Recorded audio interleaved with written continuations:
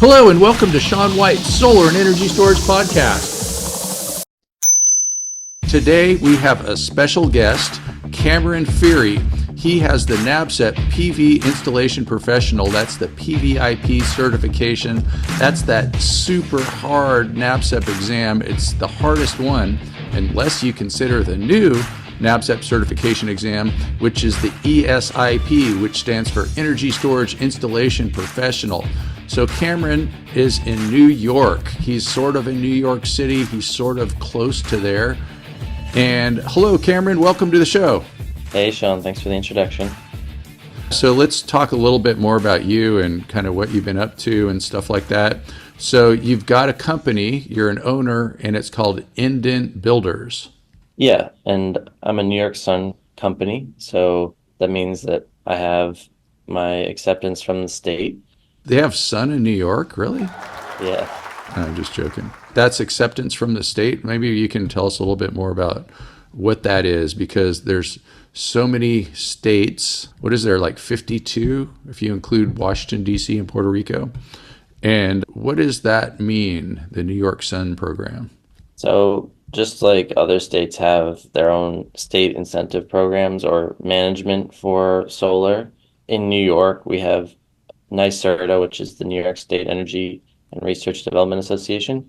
And within that, their solar program is called New York Sun. So they provide incentives for installers and homeowners to help them to get solar for their homes or businesses. And in order to access those incentives, you need a qualified installer. And part of that qualification process is going through their applications, proving your experience, and having one of three certifications. And one of those three certifications is a NABCEP PVIP. So cool. I was able to get certified as a New York Sun installer by getting my NABCEP PVIP test passed. Awesome. So I've heard about that. What are some of the other ways? You said there's 3 pathways? Yeah, you can also get your UL PV installer certification. Okay, I know about that one. I took that test. And then there's also I think it's, what is the union? Oh, the IBEW, perhaps? Yeah. Yeah, if you have your IBEW journeyman, then you can also use that. Great. Okay, and that stands for International Brotherhood of Electrical Workers, and that is the electricians union, and they're a very strong union throughout the country. So do you think a lot of people in New York are getting their PVIP for that? And it's only the PVIP, is it not the other NABCEP certifications? Right. You can't just get the associate. Yeah, the associate, or maybe like the design or something like that. It's got to be the Yeah. PVIP. All right. It's Well, that's PVIP. cool. I've known about that for a while. And so is that through NYSERDA, as they call it? Yeah, New York Sun is a division of NYSERDA. And then what does NYSERDA stand for? It's the New York State Energy Research Development Association. I think that's right. Yeah, and I know I've heard all about NYSERDA for many years. In fact, I think one time when I was doing some work for NABCEP, we were writing PVIP exam questions and stuff like that, and we met at NABCEP headquarters, and I think they were in the same office complex as NYSERDA. And I remember we went over there and checked out what they were doing and stuff like that. It's been a long time. It's been like, I don't know, between 10 and 15 years since that day, but that was pretty cool. And so let's talk about some other stuff that you've been doing and things like that. So you passed your PVIP. And how was that exam, just for people that haven't taken it yet? What struck me is that I used pretty much the whole time on the test. So that's 4 hours, 70 questions. Yeah, I think it was like 3 hours and 40 minutes before I said, okay, I'm going to take a bathroom break and then check over my questions. And I had a few questions that I had left out. So I used like 3 hours and 55 minutes, including a short bathroom break. So did you do it all online from your own computer? Yeah, I didn't have my own NEC book either. They had the NEC book on the test. You could access it while you were in the test. And Yeah. I could search the test as well. You could search the test? Like you could, what do you mean by that? I think I could like do control find in the test in the booklet. Like in the NEC or, Yeah, and oh, for the NEC on the test. Oh, that's really good to know. So Control F would but be how I do it with my computer. I wasn't really dependent on the book, and it didn't help me if I didn't know where to look or if I didn't know how to solve the problem or the Hmm. question. It didn't help me. The open book part really didn't help because it would take me too much time to read through to find what I was looking for. So I would say I had to know how to solve each problem before going into the book to know where to look. If I didn't know how to solve the problem, it wasn't really helpful to have open book. Yeah, that makes a lot of sense. I think maybe in another situation you could read through and try to figure all that out, but I found that if I didn't know the direction to go to solve the problem, it was better to skip it and come back and then make an educated guess later on. So I'm also wondering how it goes with the bathroom break. I've never done a bathroom break during a NABCEP exam. And so I know that they're supposed to like re-secure the area, which means when you sit down for the first time, they secure the area and they turn the computer camera around in all different directions. And then they make you shine a mirror or your phone in selfie mode towards your computer so they could see that you're using the right computer and things like that. Did they do that for you Yeah. when you came back after the bathroom? Yeah, I had to turn the whole computer around and show under my desk. I mean, if someone were to try to cheat, it would be very difficult. Like even if you could go look something up, I don't think it would be very helpful. Yeah, it's like they I already think give you the NEC, right? What are you going to do? Go look at your NEC? yeah, but I mean, I get why they do it, and I think it would not be a good test to try to cheat on. Yeah, and it wouldn't be worth it, and you wouldn't know the stuff, and it'd be kind of difficult to do, taking a risk, all that stuff. I think my attitude was I'd rather take a shot at the test and then pay the $100 to take it again Hmm. than just it'd be another practice test for me. So that's what I suggest to people is just to go for it and treat it as a practice test if you don't do well. Yeah, that's a good attitude. I know that NABCEP used to only give the test once every 6 months. So that was kind of a big deal because it's like, oh, see you in 6 months. And now, since you can do it from your home at the testing center and all those things, it's not that 6 month wait. So, about when did you take the exam? I believe it was October or November 2022.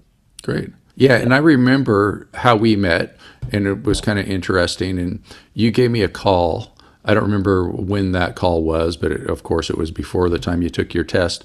And you wanted an in-person PVIP class. And I was like, well, everybody's doing things online now, and you can't really just go do an in-person PVIP class like that. And also, I was trying to talk you into it too, because it's like, well, if you have the online, you can rewind it, you can do things over and over again. But I couldn't talk you into it. And then I told you that why don't you gather some people together and then we'll do a class.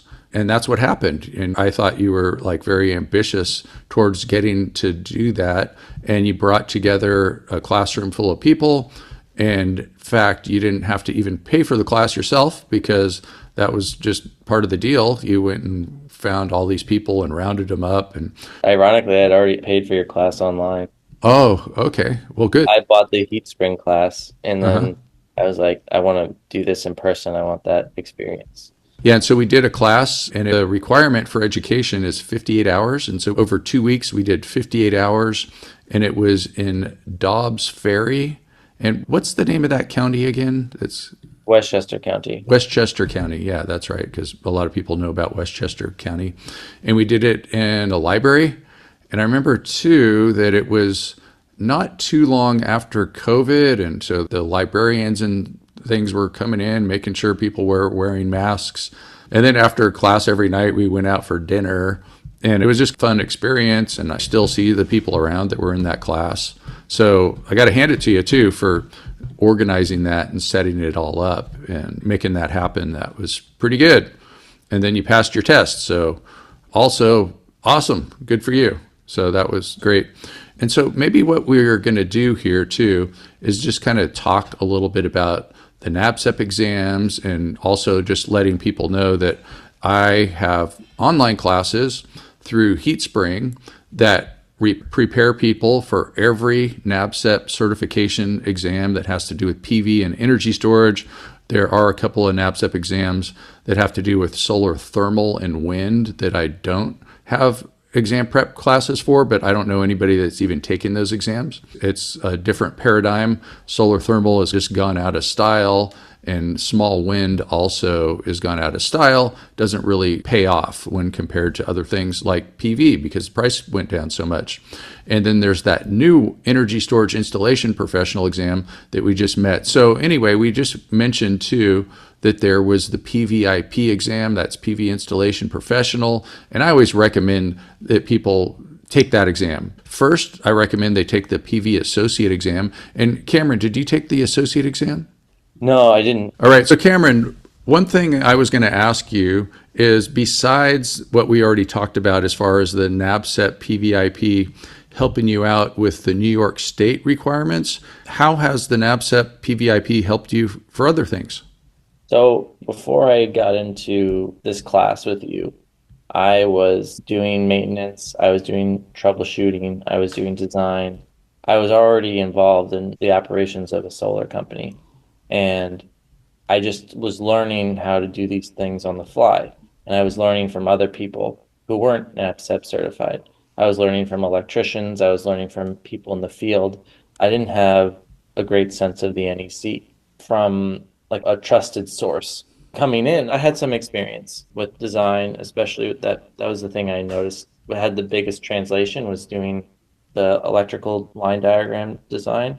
So I had some experience with that. But going through the code book with you in the class really helped me to be very clear about where to look and making sure that I was referencing the code when I was doing these kinds of projects. So I think that was important, but also I think the class provided more of a network for who do I go to talk to, who do I go to for figuring out these kinds of problems, and what kinds of people do I need to ask to make sure that I'm following the code properly. I mean, I find that when I go into a conversation, I have a stronger basis for understanding the code than maybe someone who hasn't done the class. Even when I talk to master electricians, they're not as familiar with the solar portions of the code. That wasn't something that was part of their exam when they got their master electrician certification. So it's a different angle to approach the NEC. And I find that it ends up paying for itself really quickly. For example, I have a client right now that they are waiting on equipment, specifically a disconnect, and they're referencing a piece of code that says that they need to have arc fault protection in the fuse of the disconnect over 1200 amps. And it wasn't something that we went over in the class, but going through the class and talking to you, I have more information at my fingertips and more people at my fingertips to talk to about how to approach this code. And the problem is with this company is they can't get the equipment to satisfy the code as they see it. So having that flexibility and having people that I really trust, like you, and also going to classes at different conferences with you and Bill, it just gives me different tools to approach a problem. So great. I think that's where I see, okay, I can add $10,000, $20,000, $40,000 of value to a project just by how I approach it. Cool. That's some good money, especially if you can make that much every day, like most of us PVIP people make, an extra, whatever you said, per day. That's I don't know. I don't per think hour. Yeah. I would make that, but that's the amount of savings that I could provide someone. Yeah. So I know that's super awesome. Of course, I was kidding about how much you would make in a day and all that kind of stuff. We interrupt you for a very important announcement. Sean White's Solar and Energy Storage Podcast has been brought to you by Sean White's Solar and Energy Storage Podcast. That's right, Sean White is sponsoring his own podcast, and he wants to remind you to go check out some of his classes. You can go to SolarSean, that's solar, SEAN.com, and then click on the links to check out his classes. You can check out his Heatspring classes, and you can also hire him to teach classes for you, like at your company, something like that. Now back to the show. Yeah, one of the things that I tell people too about the NABCEP, why to get it and things like that, is you look at people that go to college, and a lot of times you could get the same job that somebody that didn't go to college. It's not like the job isn't just looking for the best person, but a lot of times they pick the person that went to college because the person that did go to college knows more, and they've proven themselves, and they've shown that they can study, and it sets goals also. So it's not like you would be studying as hard if you didn't have that test coming up and you weren't planning out all that kind of stuff. And so a lot of times I kind of compare it to like going to college, getting that NABCEP. It's a lot shorter than college. You're not going to school all that time. There's only, like for the NABCEP PVIP, the education requirement is 58 hours of training.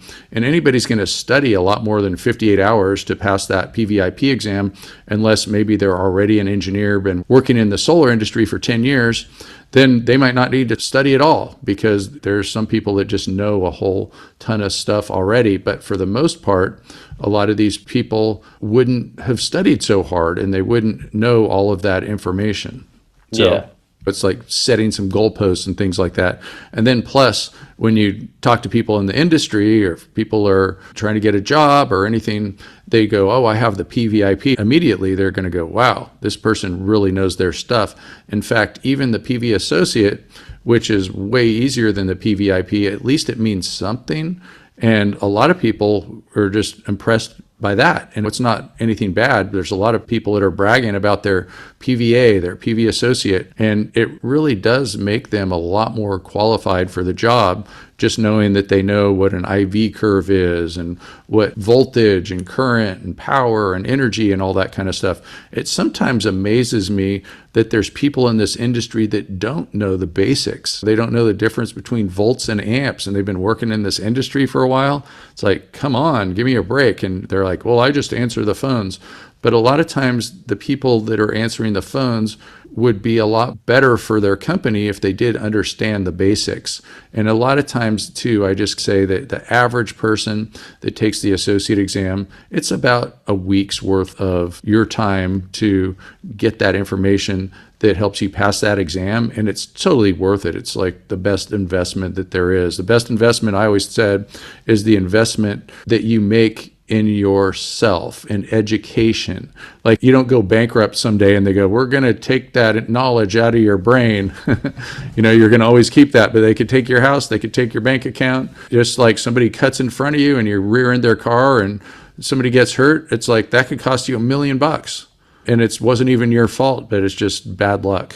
I think something we should go through is like, what are the different options for classes on Heatspring? So most people, or at least people that I recommend what to do, like they go, what should I do in this industry? A lot of times I say, if you really want to get into it, you would take the PV Associate before the PVIP.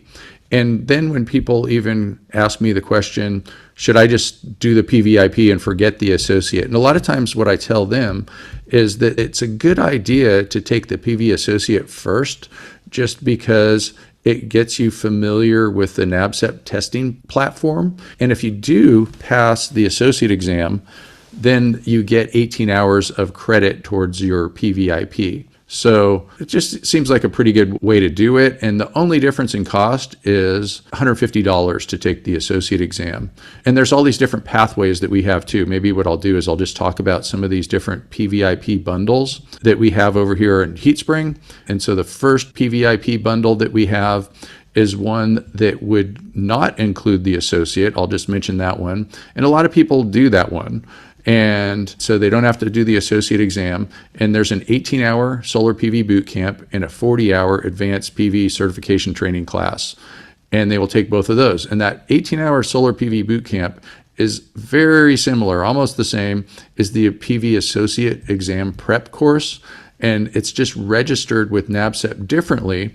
So if somebody registers for the course that's for the PV associate and they don't take the associate exam, then they don't get credit towards the PVIP. They have to pass the exam to get credit for that PV associate class. So let's just say that they don't want to take the associate exam, then they'll take the pathway that doesn't include the associate exam. And there's actually two of those pathways that don't include the associate exam, because we have another one that includes an energy storage associate boot camp. And sometimes the people that might take that class with the energy storage associate boot camp and the 40-hour advanced PV certification training. Those are the types of people that maybe they took the associate exam years ago and they still aren't going to get credit for it, and they just need to get those 58 hours. And the energy storage associate exam isn't going to count too much towards learning the material for the PVIP exam, but they just want to learn about energy storage. And a lot of times too, there are electricians and engineers and people that have been in the industry for a long time where they're not too worried about learning the basics. And also these bundles, what they include is a practice exam. And so I have a PVIP practice exam. It's just included in the bundles here, and we call it a bundle. And so they call them 3 courses, would have the 18, the 40-hour, and then the PVIP practice exam. And so I make a lot of exam questions. In fact, I was telling some people at NABCEP, I was recently, that I think I might write more exam questions than anybody, but they're all practice exam questions, and they're not exactly like the ones that are on the exam. You can't do that. It's against the rules. But I used to be on the PVIP exam committee, and so I know how to write the exam questions, and I make them myself.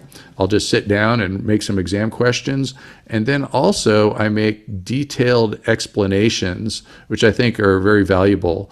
And people can take these practice exams. And I have like thousands of practice exam questions throughout all my courses. I have courses for every NABCEP certification. And so people will take the classes. And sometimes I even recommend people start off with glancing at the practice exams, because they're telling me like, well, I need to know what the exam looks like so I know how I can study. And I have all the practice exams that they can look at to have an idea, just a general idea of what it looks like. And so all the NABCEP exams, they have answers that are A, B, C, and D. And so you'll read the question and you'll have A, B, C, and D answers. And there's never going to be some answer that's like 2 of the above or all of the above. That's how these special psychometricians, and psychometrician means mind measurer, and a psychometrician is somebody with an advanced degree on how to write a test, and they will tell you how to do that. That kind of also reminds me of the way that they grade the exams, which is confusing because it's not a curve, it's not a percentage, it's called scaled scoring, and it's more like a curve, I would say, than anything else. But it's just a little bit different, and it's hard to explain. It's almost impossible to explain. I've looked it up many times on the internet, and they just have somebody that really knows how to write exam questions, and they figure out how to grade it based on who knows the information and who does not know the information. So if you have a smart group of people taking the test and a smarter group of people taking the test, if it was a curve and it was different groups, then they would, equal numbers would pass, and it kind of wouldn't be fair to the smarter people versus the smart people. So anyway, that's my little thing about these exams here. And there's a lot of other exams too. There's all these different bundles for all the different NABCEP exams. We have the PV Design Specialist bundle, and that would prepare people for taking the NABCEP PVDS. And a lot of times too, I tell people that the PV Design Specialist is very similar to the PVIP. And sometimes people, I think, are a little concerned about taking the PVIP because it sounds like installation professional, like I'm the guy on the roof and I'm really the guy in the office. And that's how it is for most people that are taking the PVIP. And I think it just goes back historically, the way that it was in the earlier days when NABCEP started, where a solar company was 2 guys in a pickup truck doing the whole thing, and they were selling, designing, installing, and there was batteries and all that kind of stuff. And so the name kind of stuck. Well, they used to call it the PV Installer exam, and then they called it the PV Installation Professional. So that's what we have there. So what do you think, Cameron?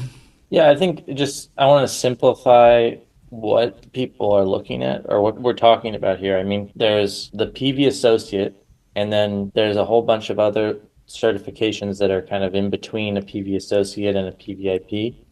And from my perspective, if you're going to go for anything beyond for the PV Associate, you would try to get the PVIP. And possibly now there's this new certification that I'm going to get is the ESIP, the Energy Storage Installation Professional. But unless there's like a very specific reason to get one of those, like a PV designer or a PV inspector, or like those all will look good and have slightly different focuses. But I think, would you agree that the PVIP would be, if you could get it, that's like the gold standard? Yeah, the PVIP is the gold standard, and the ESIP is brand new. In fact, Yeah. there's nobody that has officially been ESIP certified at the time of this recording, but by the time we release it, that will be different. And so it's called the Energy Storage Installation Professional Exam, and it's a brand new one, and it's different. Also, at the time of this recording, NABCEP is still on the 2017 NEC, and there's been no official announcements of switching to a new version of the NEC. And I keep asking them. In fact, I asked NABCEP about 10 days ago, and they don't have any official announcements to make about switching from versions of the NEC, and also about what version the NEC that we're on. I encourage people to not worry too much about that, because the NEC is mostly the same, and the people that are writing the test questions aren't trying to trick you on going like, aha, we caught you because this word was different in the 2020 versus the 2017 NEC. They're not really writing test questions based on code changes. Sometimes they unintentionally might have something that would be outdated because they don't know what the future code is when they write an exam based on the old code. And it's not too common in the industry, and even like for electrician exams, for the exam based on an older version of the code. It makes it easier for the test writers and things like that. And then there's states that are still on the 2008 NEC right now as we speak in 2024. Can you believe it? Like that far back. And that's just the way that it is. And nobody adopts it right away, except for Massachusetts is the only state that adopts the NEC right away. And so they adopt the 2023 NEC right on January 1st, 2020. And so everybody is on the 2017 NEC when they're studying for a NABCEP exam, except for the Energy Storage Installation Professional exam. And this exam, it uses the 2020 NEC. And the other thing too is they don't have a copy that's in the testing platform.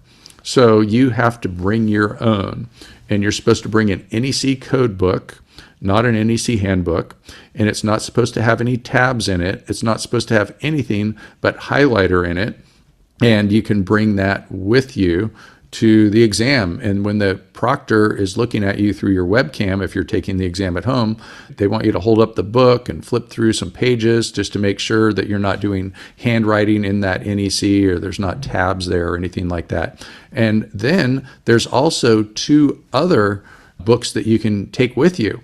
And one of them is NFPA 855. So NFPA 855 is called the Standard for the Installation of Stationary Energy Storage Systems. And there is a 2023 version. However, the NABCEP exam for the Energy Storage Installation Professional lets you bring in the 2020 version, or at least that's what they're recommending to bring for when you're taking the test. So that's NFPA, that stands for National Fire Protection Association, 855. I think like the letters ESS look like 855 if you blur your eyes a little bit, if you have bad vision. So that's the way to remember what to use. And I was surprised when I took the ESIP. I really could have used that 855. And the reason that I was surprised is nobody has ever adopted 855. Like no state has adopted 855. So it's not an adopted thing. It's a standard. It's not a code. It's not the code for installing energy storage systems. Also, it's interesting too that there's no standard for installing PV systems like NFPA 856 or whatever it would be. Maybe it should be NFPA 690. And one of the things about this standard is it's like they take the International Building Code, the International Fire Code, and the International Residential Code and put the energy storage stuff in here. And so I do talk about this in classes that I teach, and I'm also fine-tuning this and putting more of this into my energy storage classes. And that's another thing is I'm going to sit down with Bill Brooks pretty soon, and perhaps already by the time that this is released, and do a bunch of 855 stuff.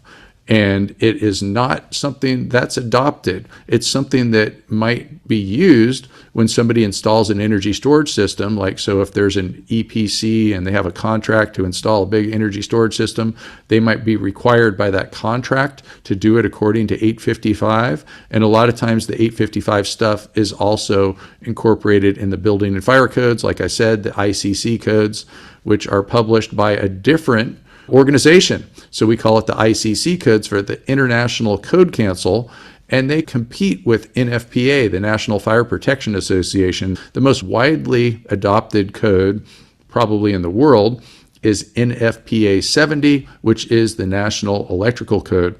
And then there's another one that they let you take with you to the Energy Storage Installation Professional exam, and that is NFPA 70E, the standard for electrical safety in the workplace. So think of being safe in the workplace, NFPA 70E. And so it's like you take NFPA 70, which is the National Electrical Code, you put an E in it, and it's completely different. And it's a standard also, once again, so you know, and I know, that we're supposed to comply with the OSHA requirements. That's the Occupational Safety and Health Administration. That's U.S. federal requirements. And we don't have an OSHA book that we can take with us in the exam, so they have us do 70E. And I also didn't bring that for the exam. And you know what? I really could have used those books that I didn't expect. And so I brought with me an NEC copy, which I already know a lot already anyway. I've been studying that for many, many years. But there are these other books that you can take with you for a NABCEP exam, which is weird. And I recommend actually taking them, and they cost a lot of money. You know, you could spend some dough. I think it's like, if you add it all up, it might be like $450, $500 in books. I was thinking one thing that I might do is get all 3 copies and then rent them out to friends, you know, people that are taking the tests, people that are taking my classes and things like that. And then we can pass them around. I'm not sure how that would work. And, you know, you could say, like, once this person is done with it, they send it to the next person. But then what if they delay their test? So it could be complicated, because that's a lot of dough to throw out there. And then there's a lot of people like me. In reality, I don't ever use the hard copies except for taking a test, because I get them all online. You know, I do different things like the NFPA link, I do up codes, and I do the ICC, the International Code Council version of all this stuff too. So that was what was a little bit different for this. And another thing too that we should mention for these NABCEP exams is most of these NABCEP exams require an OSHA 10. And so that's a 10-hour OSHA course, Occupational Safety and Health Administration. And so we're talking about people taking these construction safety courses where you learn about ladders and stuff like that. And that's a requirement to sit for most of these NABCEP exams. However, if you're taking the PVCMS exam, that one requires the OSHA 30. So that's a 30-hour one. And if you do have the OSHA 30, of course, that would count for the OSHA 10 requirement. So if somebody wants to take all the NABCEP exams and get more letters after their name than the alphabet, then they might want to just start off with the OSHA 30 exam. So anyway, that's a little bit about the ESIP, the Energy Storage Installation Professional. And while we're at it, I guess we might as well talk about some of these other exams. And there is the PV Design Specialist. And I would say that it's sort of a toss-up between the difficulty of the PV Design Specialist and the PV Commissioning and Maintenance Specialist. And we use the letters for there, and we call those abbreviations. If it's spelled out something like NABCEP, then we call that an acronym, but we don't say for PVDS, we don't go PVIS, or however you would pronounce that. And so for the PVDS, same thing. We have a course for that, and it has different requirements. There's also all these requirements that you could look up on the NABCEP website, and you go to the NABCEP Certification Handbook, and you can see what all the requirements are for those NABCEP exams. And so the people that are taking the Design Specialist exam, they might be PV designers. PV Commissioning and Maintenance Specialist exams, they would be good at troubleshooting, like what you said that you used to do, Cameron. And then there's the PV Technical Sales exam. And this is a really important one, I think, and it's not as difficult as most of the certification exams as far as studying to pass it, but I just think that it is really important. And the reason for that too is there's so many people out there selling solar that don't understand it. They don't understand it at all. And then you see all over the internet, there's people that are complaining and getting ripped off and things that are making us all look bad as an industry. So I always recommend too that people look up anybody selling solar, or at least the company. And it's great if they have at least the PV technical sales or something better than that, or at least somebody from their company has that. That's all very important. And for the salesperson too. And so there's requirements for, making proposals and selling systems and all that to even qualify for some of these exams. And they might take the PV associate first. One of the things that I do when I get these calls from people all the time, they probably fill up your inbox too, and they're trying to sell leads. And once in a while, I pick up the call because my spam filter on my phone doesn't work. And I say, oh yeah, you're selling leads? That's great. I want to make sure that your people are PV technical sales certified though. And they go, oh yeah, they are. And I was like, that's great. That's awesome. So what's their names? Or I want to look them up on the NABCEP website, and they're just lying. They're not certified. So if somebody lies about being certified, then they're just a bunch of liars. And at least they should have the NABCEP associate. You want to show looking up someone with their directory? Okay, so let's go. I'm at nabcep.org on the website right now. And then I go to middle top, and it says professional directories. And then under that, once I hover over that, I get board certified, associate directory, or companies directory. Some companies even have a NABCEP certification. But I'm just going to go to professional directories because I want to see them all. And then I'm going to go, I understand. And then what I can do here too is I could look them up by their name. And so I'm going to look you up. And so Cameron, Fear, and it already pops up, Fearey.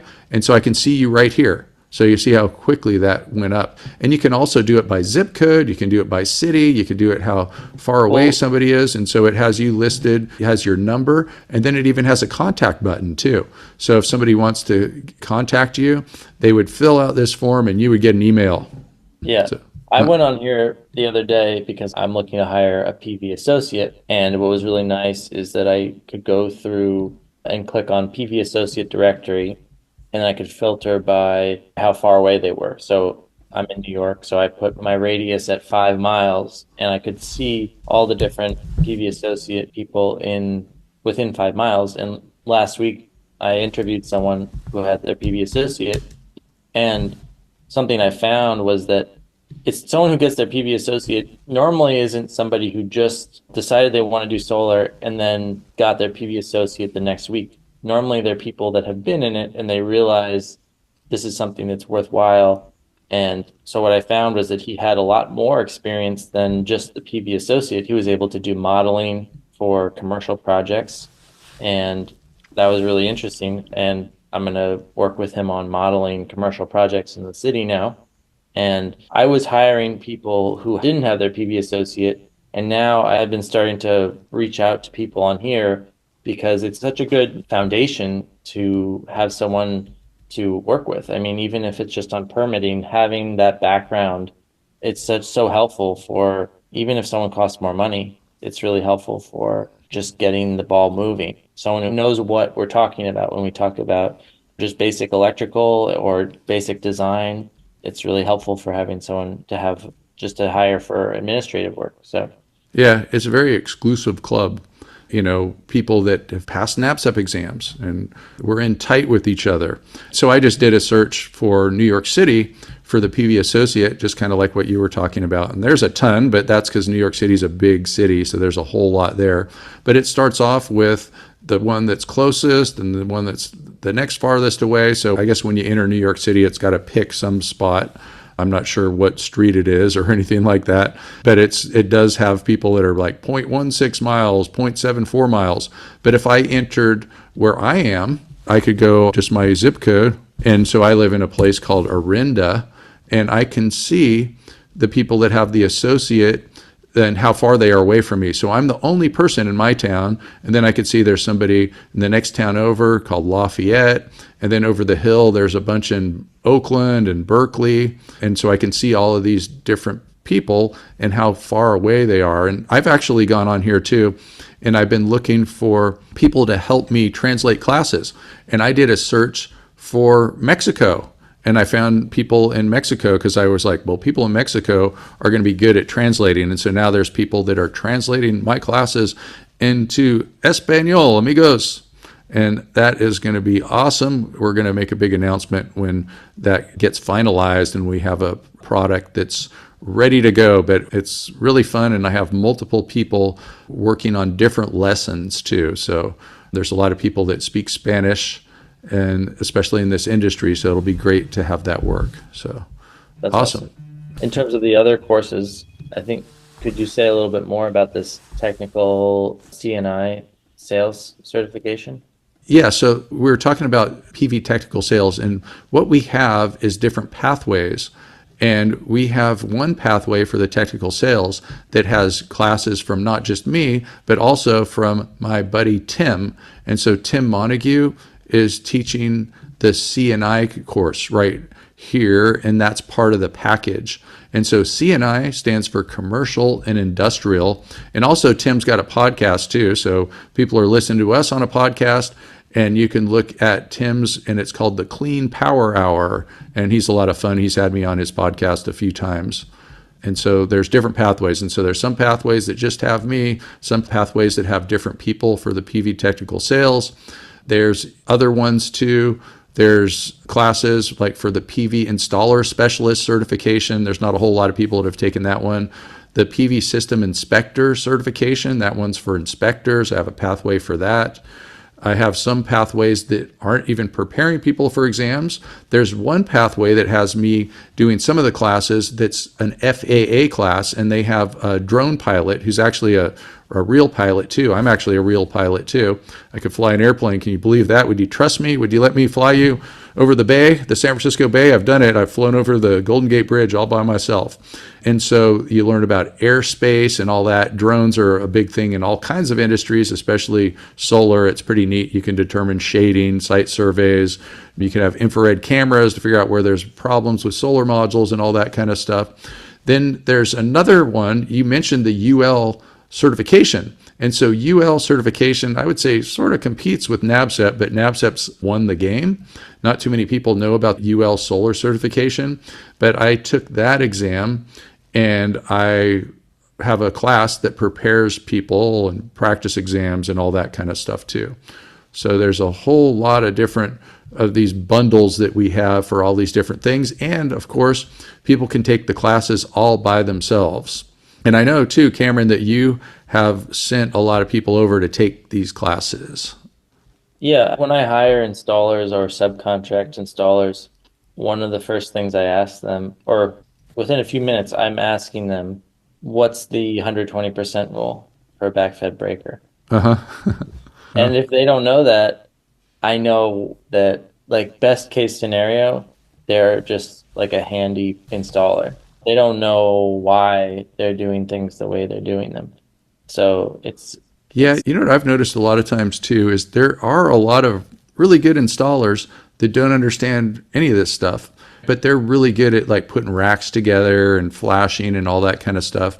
But the question I have for them is like, you could be making double or triple or quadruple, and you could be much more beneficial to your company, and you would probably get tired of being on the roof after so many years. If you did get one of these certifications, you'd be more likely to be crew leader and stuff like that, because people don't want to be 60 years old and installing racks. Nothing wrong with installing racks. It's a great job. It's the best views in the world, and it's a great way to get started in the industry. I think everybody should have an installation experience like that. yeah, I think I interviewed probably 30 people this past year as for a crew lead. None of them had their PV installation professional, and I only ended up hiring one, and he was the one who was willing to learn, and he had the most experience, but he didn't know, it would have been so much easier to just hire someone who had their PVIP, and they had to rely on my PVIP knowledge to make sure the installations went well. So I had to train them to get up to speed on the solar code. And it's just so much easier when you know someone's got that experience. And also, I have a bunch of electricians who benefited from doing the PVIP course, like 690 and 710. Yeah, so 690 is photovoltaic systems. That's the article for PV in the National Electrical Code. Yeah, even though they're studying the electrical code, they're not as familiar with those parts. So interconnection and PV systems, it changes how you do your installs, and you lose money if you don't do it right. I mean, there's thousands of dollars that I've seen of companies that I've started to work with who they're wasting money because they don't know the code. It's crazy how like people waste money saving money. Yeah. I mean, I can think of tens of thousands of dollars off the top of my head. Just now, I mean, someone who's a crew lead might not care about that because they don't see the profit, but on the job necessarily, but somebody who owns a company would. And if you're a crew lead and you can show your company that you're saving the money, it's going to reflect well on you as well. So I think that it's silly to not get that experience and have someone who's, you can learn it all on your own, learn a lot of it on YouTube or in the field, but it makes Yeah. a big difference. You know, I was interviewing somebody recently, and I could just tell that they didn't understand the technical parts. And they were an executive in some company.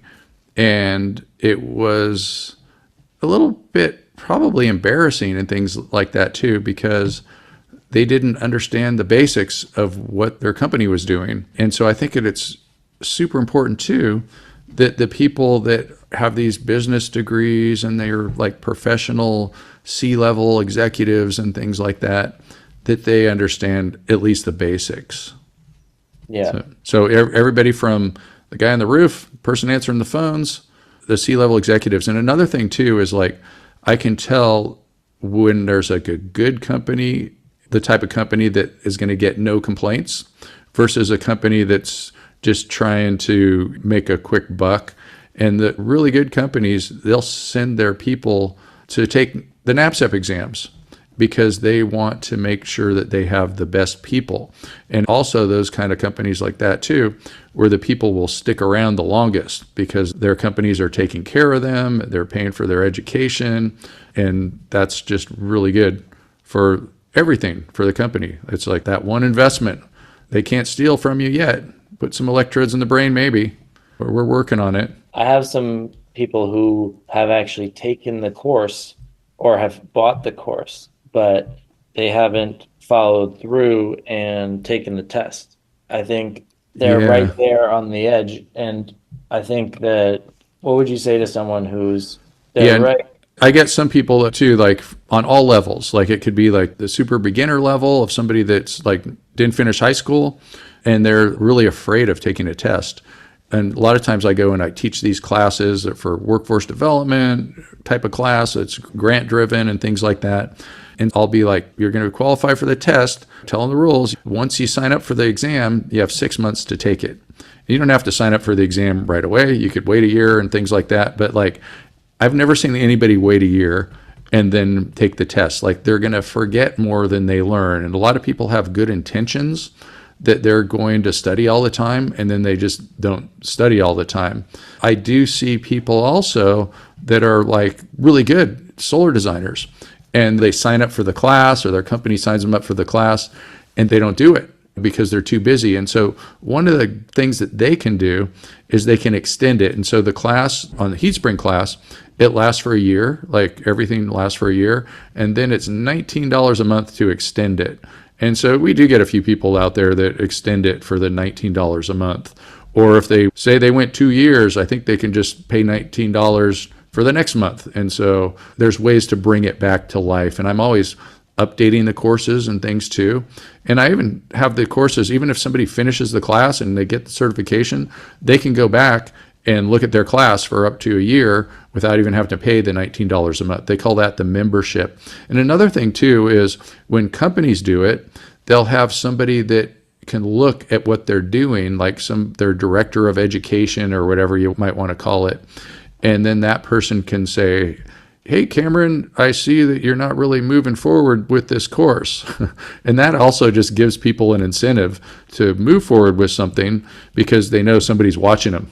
And Yeah. I'm watching them too. I could see see what they're doing, or if they finish the course and all that kind of stuff.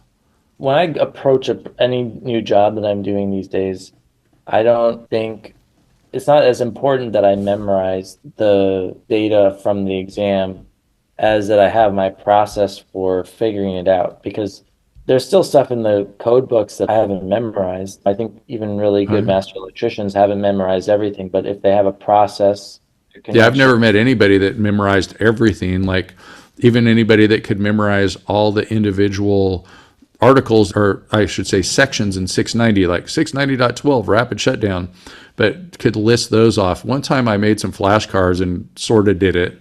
And then Bill Brooks was laughing at me for doing that.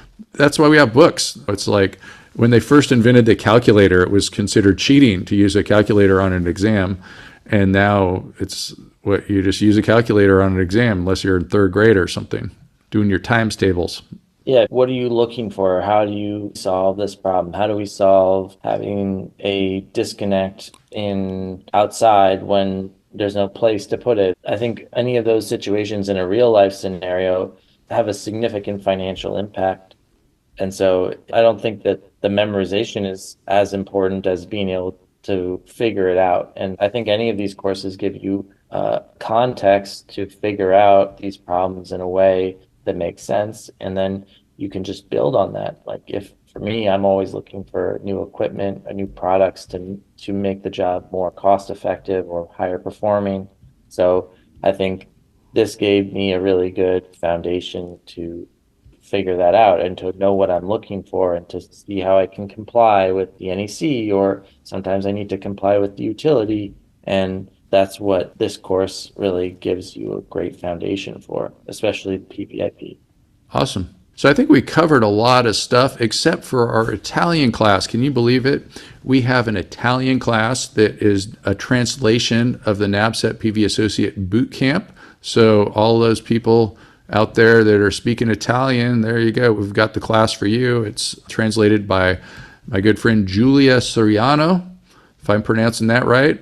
I just pronounced it like I just fake any accent. And so, Cameron, what can people do to find you on the internet? I know you're in a lot of different places where I've seen you. So how can people find you, Cameron Fearey? Yeah, you can find me on LinkedIn if you want to get in touch. You can also go to my website, indentbuilders.com. That was indentbuilders.com. And for LinkedIn, could just probably just search your name, CAMERONFEAREY. Yeah, and I help companies design and procure, and I can help project manage depending on what the project is. I love helping people get set up with their education. So if you have questions about the course, or if you want to be involved with any of the companies that I work with in this area, New York City projects, I love using new projects. I love using new materials, and I love doing like canopies and energy storage. And I'm always trying to learn more about different products. And I normally go to the RE Plus and Intersolar trade shows. So hopefully see some of you there. Yeah, I always like to see you at those trade shows and have a lot of fun there. And thanks for listening to Sean White's Solar and Energy Storage Podcast. To find out more, go to Solar, SEAN. That's solarshawn.com. And you can find out there about classes, all these different places where you get all this great information, because we are in the business of education. That's right, sticking stuff to your brain cells. Get smart.